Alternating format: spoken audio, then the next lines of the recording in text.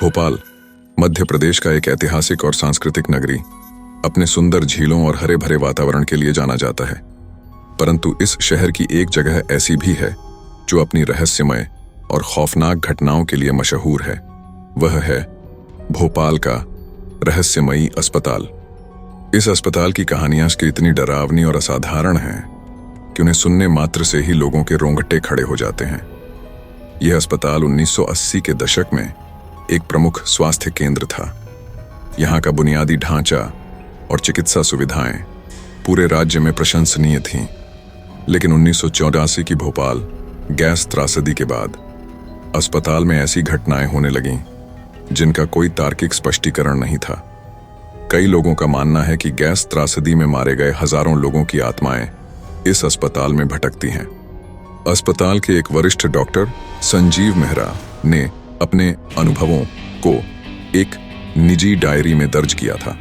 यह डायरी बाद में लोगों के हाथ लगी और इसके पन्नों में दर्ज घटनाओं ने लोगों को दहला कर रख दिया। 1985 की एक रात मेहरा इमरजेंसी ड्यूटी पर थे। आधी रात के बाद उन्होंने अस्पताल के खाली कॉरिडोर में बच्चों की हंसी और रोने की आवाजें सुनी। यह आवाजें इतनी स्पष्ट थीं कि वे उन्हें नजरअंदाज नहीं कर सके। जब उन्होंने नर्सों से पूछा तो उन्होंने भी उन आवाजों को सुना था, लेकिन उन्हें इसका कोई कारण नहीं मिल रहा था।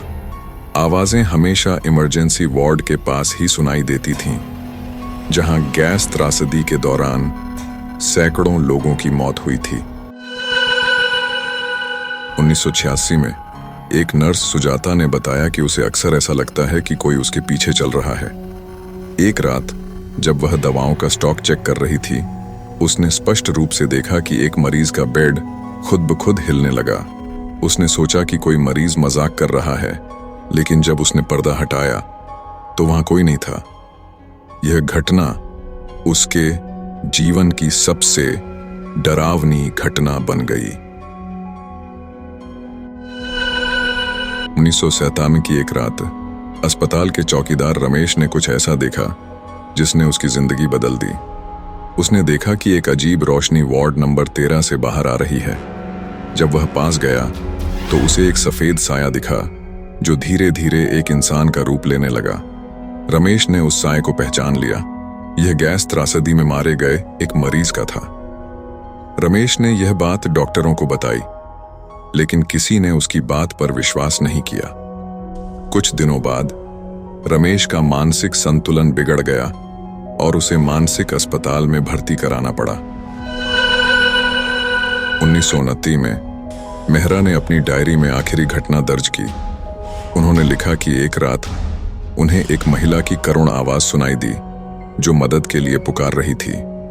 जब उन्होंने आवाज का पीछा किया तो वह एक पुराने ऑपरेशन थिएटर तक पहुंच गए जो अब उपयोग में नहीं था। वहां उन्होंने देखा कि ऑपरेशन टेबल पर एक धुंधली परछाई थी जो दर्द से कराह रही थी। मेहरा ने जब रोशनी जलाई तो वह परछाई गायब हो गई। उस रात के बाद मेहरा ने अस्पताल छोड़ दिया और कभी वापस नहीं आए। भोपाल का रहस्यमयी अस्पताल अब खंडहर में बदल चुका है। इसे छोड़ दिया गया है और वहां जाने की हिम्मत कोई नहीं करता। जो लोग वहां गए हैं उन्होंने भूतिया गतिविधियों और डरावनी घटनाओं की पुष्टि की है। इस अस्पताल की कहानियां हमें यह सोचने पर मजबूर करती हैं कि क्या सचमुच आत्माएं हमारे बीच रहती हैं? क्या वे उन स्थानों पर भटकती हैं जहां वे असमय और दुखद मृत्यु का शिकार हुई थीं? यह रहस्य शायद कभी सुलझ नहीं पाएगा, लेकिन यह जरूर है कि इस अस्पताल की कहानियां सुनकर आज भी लोगों के दिलों में डर और संशय बना रहता है। ऐसी और वीडियो कहानियों के लिए चैनल को सब्सक्राइब करें।